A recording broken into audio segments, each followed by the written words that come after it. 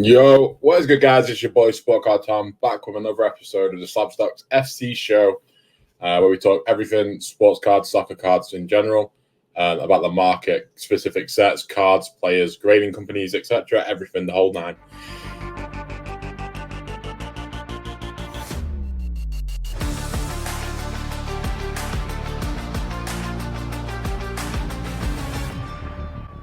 Before we get into this video, I need you guys to ignore my hair.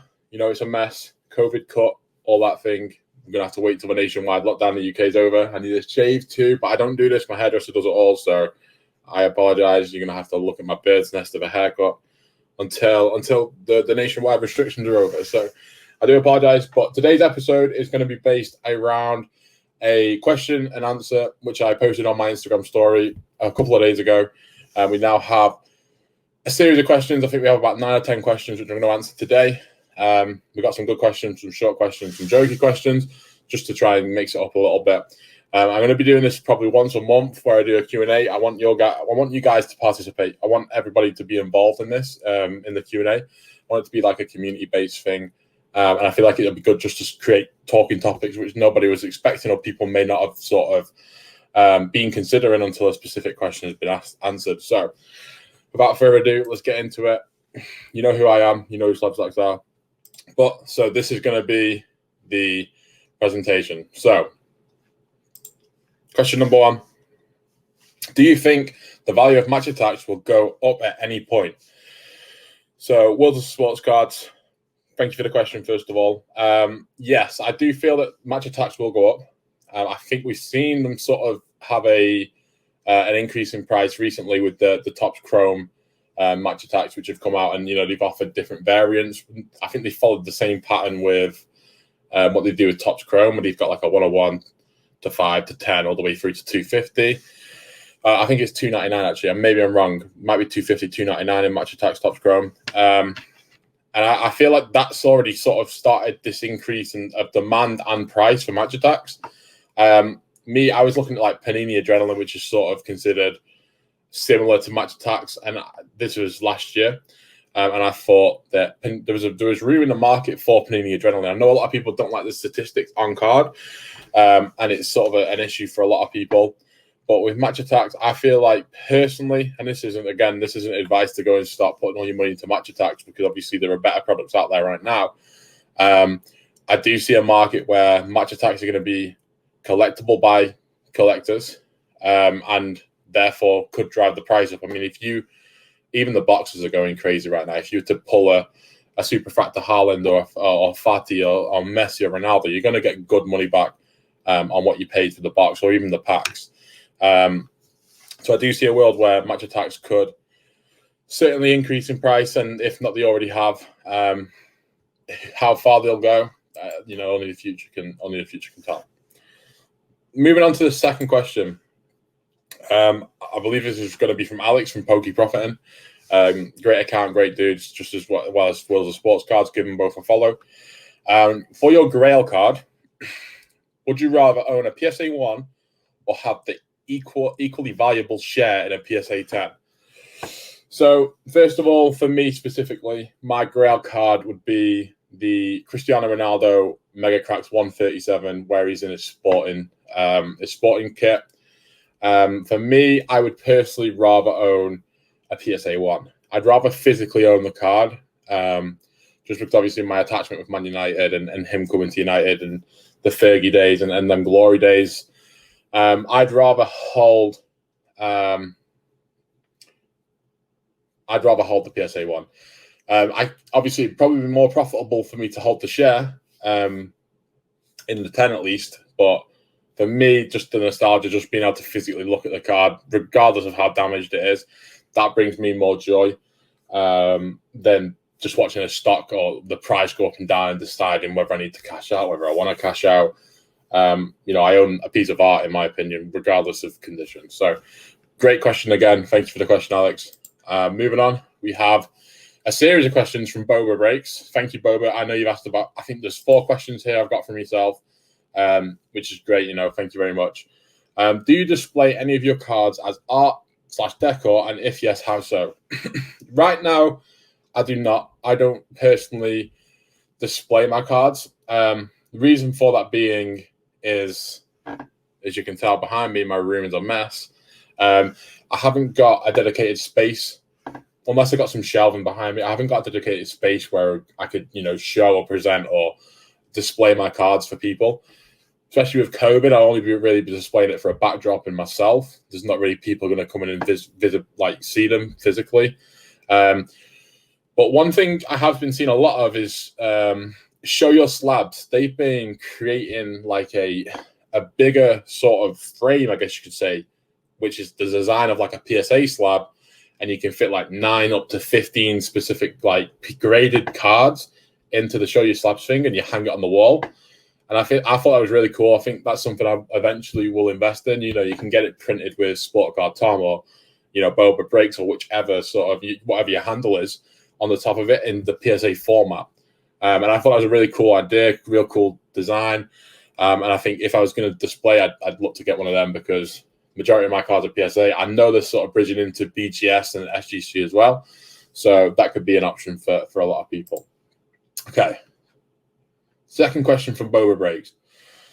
Best Discord / Facebook groups / platforms, etc. to stay engaged with the community. Great question. For me, I'm not really been as active in the SlabStox Discord. Obviously, I'm going to be biased. I'm working with the SlabStox guys. But I mean, they've got over 1,500 members in there.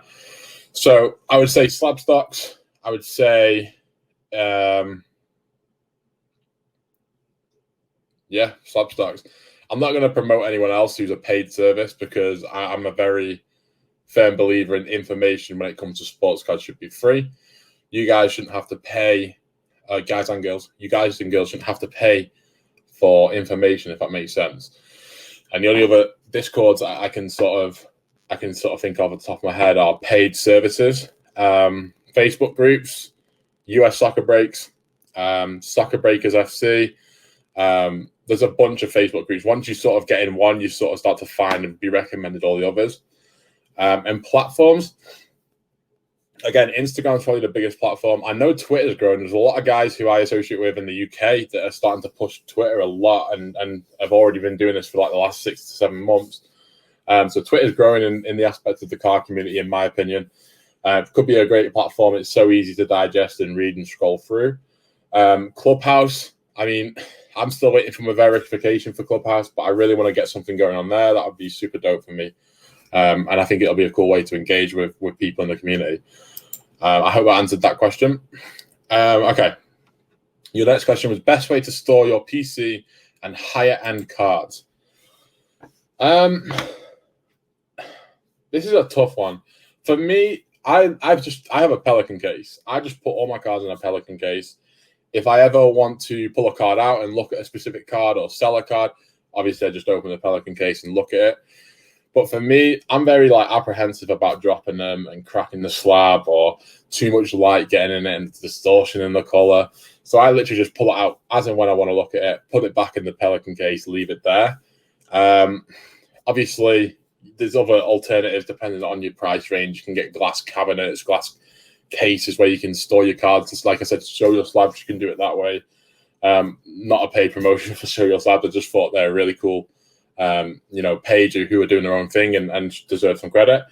But really, that's a tough question for me because I don't really have many of my cards back from PSA yet, which I could then go on to sort of store and sort of maybe display in the future. If anybody has any ideas for Boba Breaks or any images that you could show him for a potential what he could do to show his cards off, drop him a message on Instagram. And I think I actually added the same question twice for you, so I do apologize about that. But I know you did have another question, so I do apologize if I don't get around to that. Okay, my guy Bozio. Okay, so who's one player is going to be good, but didn't invest in and now regret? Phil Foden. I think I regret Phil Foden.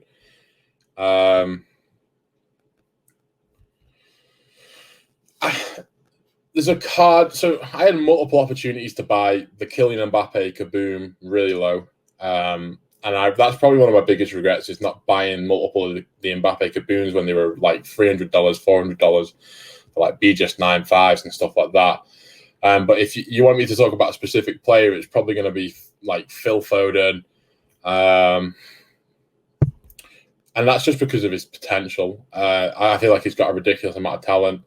I wish I was sort of in that whole general vintage and modern vintage sort of section a lot earlier as well. But I mean, to name a few, I'd probably say Ronaldinho. I wish I got a few more of his cards. R9, Ronaldo Nazario. Maybe a little bit of Thierry Henry as well. Like one of his rookies would have been nice because they would have still been affordable for me back in February last year. So, but my biggest regret is probably just missing the boat on Phil Foden optics when I could have picked them up for like $10 each. That's probably one regret. Where to buy soccer cards in the UK from, I think it's FA11Hem. Maybe it's Falhem. I'm not sure. I do apologize if I butchered your Instagram handle. For me, the number one place to buy, and I don't like to say it because I've had my disputes with eBay, but it's eBay. It's the easiest place to gather data around cards that you want to potentially pick up, to actually find cards, to see where they're listed, to see where they're, being kept, whether it's EU side or state side. eBay is the best place to buy soccer cards, in my opinion. It's where I bought 99% of mine. Obviously, if you could buy directly from Topps, if you're looking to get in like Topps Now cards or Panini Instant cards, then obviously they're probably your best bets is doing it directly. It'll be a lot cheaper for you. It'll be more cost effective. But eBay is it holds the biggest share in terms of being able to access cards. Obviously, there's like Macari if you're in the States as well, but for yourself, that wouldn't really be helpful. Okay, Joe, the guest from last week, Joe, favorite Liverpool player. United fan. This is a hard one. I'm going to give you two. One's it's like a historic player who I really enjoyed watching in the past. I'm going to try and figure one out for current. Previous, so in the past, the oldies, I'd go with Fernando Torres. As much as he was sort of one of those guys who was up there and competitive and sort of put it on United a couple of times, and he had the Chelsea miss and stuff. I think Fernando Torres was brilliant to watch. I think he was one of Liverpool's better strikers they've ever had. If I was going to say a current player, I mean, I like Gini Wijnaldum. I liked Wijnaldum at Newcastle, and it'll be between Wijnaldum or Mane, because I just think Mane's a super kind person with what he does back home, and he's very charitable when it comes to his hometown and his home country. But it can't choose between Wijnaldum or Mane. It's got to be one of those for me. Premier Soccer Investing. Which is a better buy? 2020-21 Topps Chrome UCL or Prism EPL? So you're talking about two upcoming sets here. Okay. So you're thinking about the next Champions League Chrome and this Prism coming up. Okay. Which is a better buy? I'm going to say, personally, I'm going to say Topps Chrome. I mean, the fatty auto, the chance at a fatty auto, ridiculous. I think that's absolutely insane. And instead of just obviously being sort of niched into one league, just being the Premier League, obviously there's a lot of cards going to be coming out in the Prism set, like your Kabooms, your Color Blasts, and obviously all your individual team cards and variants. For me, Topps Chrome just edges it. You've got all the superstars in the world in that set, whereas you've only got sort of 2, maybe 3 top players in the Prism set. You're going to look at Harry Kane, Mohamed Salah, Mane. Obviously, the form's not there right now, but you look at Topps Chrome, you've got Ronaldo, Messi, Fati, Haaland, Mbappe, Neymar. There's so much more. For me personally, I feel like 2020-21 is going to be a better buy. If I was going to invest, personally, no financial advice, I would be going Topps Chrome. Okay, so this is the last question of the night. I saved this, as you can see, it's quite lengthy. I saved this question for last because it's been a talking topic. I've had disagreements with people.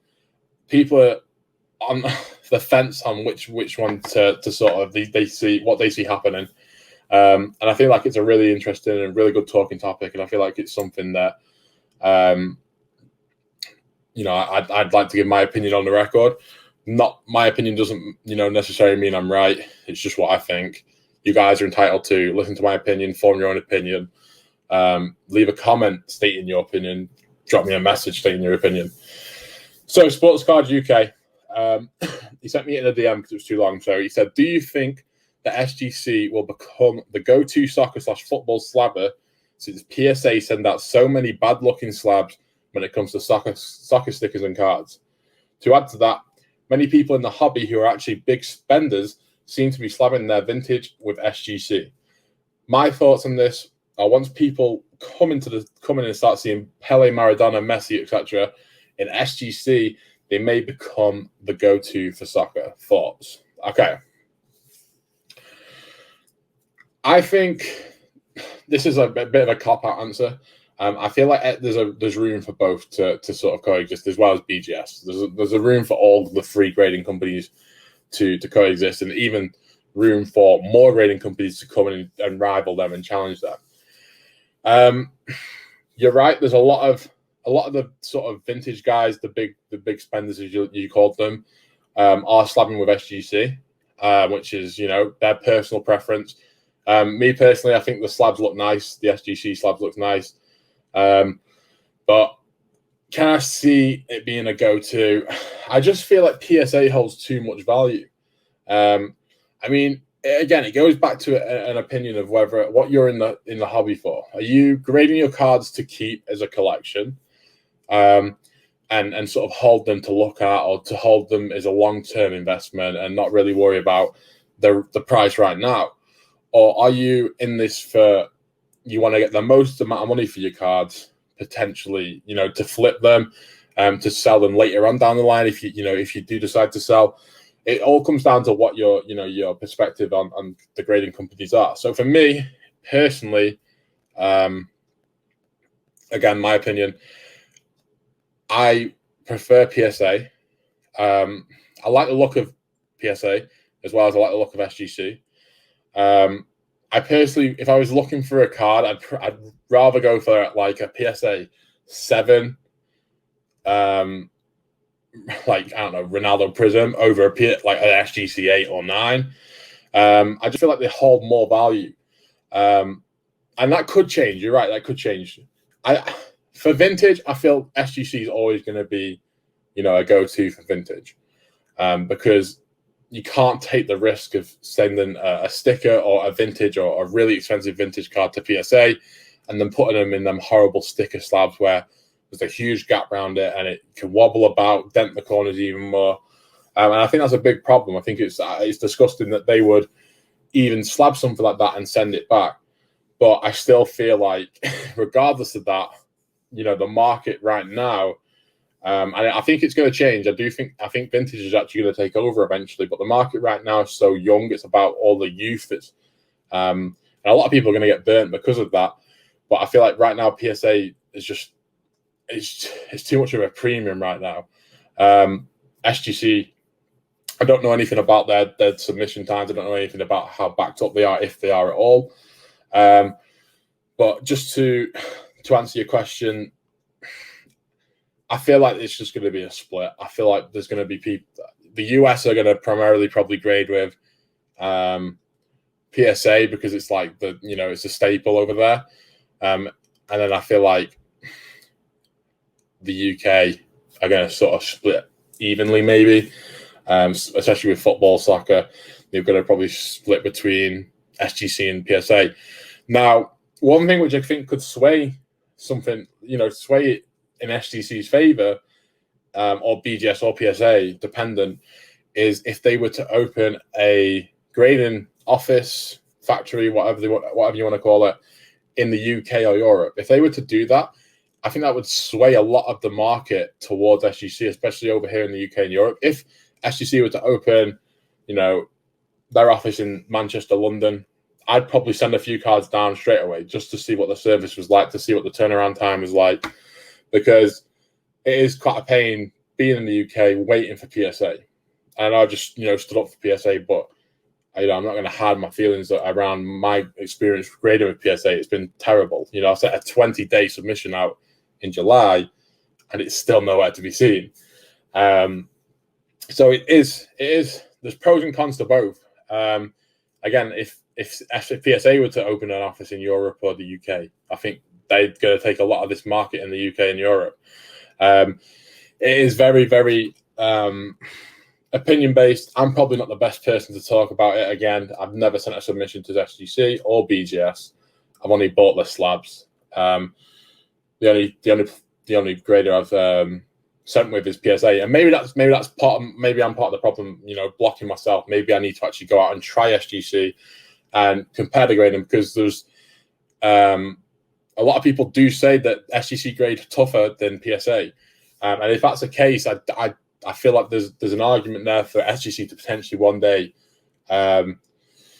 sort of take the cake and be the standard. But right now, I feel like it's PSA. But I would advise everyone to not sort of. I was kind of a biased answer towards PSA. I know I said them a lot more than SGC, but I would advise everyone to sort of do your research on the cards you've got, research the grading companies. What you're looking to do with your cards, how you're looking to potentially move them, hold them long term, and then obviously make your decision based on your own opinion. You can't, I say you can't go wrong. I guess you can in ways, but if you're grading with SGC, PSA, or BGS, you're grading with the top 3 grading companies in the world. You're not going to get a bad service unless they ding your card, dent your card, scratch your card, and just cover it up and mark you down. You're going to get a very, very high level of grading and a very, very sort of prestigious experience when you're grading these cards. Obviously, there's a couple of freak accidents and mishaps with some grading companies, which we've heard horror stories about. But touch wood, this isn't going to happen to us. There's a chance it will, but again, just form your own opinions, do your research, figure out what your main sort of goal is with grading, and then make your decision based on that. Okay, so that is everything for today's episode. Again, not an expert on the grading companies. There's going to be some mixed reactions. If you guys want to have a conversation, by all means, message me, leave a comment. Let's engage. Let's sort of talk it out. I want to hear everyone's opinion. If you feel like you can convince me to go to SGC and try a submission with SGC, I want you to try and do that. Try and convince me to do that, because maybe there's something I'm missing. Maybe I'm not as well educated as some of you guys are on their grading process and what the potential is in the next 3 to 5 years with SGC. And I want you guys to sort of share that knowledge with me, so I can try and understand your point of view, as well as potentially try them out myself. So that's it for today's episode. If you're new to the channel, welcome. Subscribe, hit the like button, hit the notification bell to be notified whenever we drop a video on the SlabStox YouTube channel. Catch me on Instagram at SportCardTom, and we will see you next week. Take it easy, guys.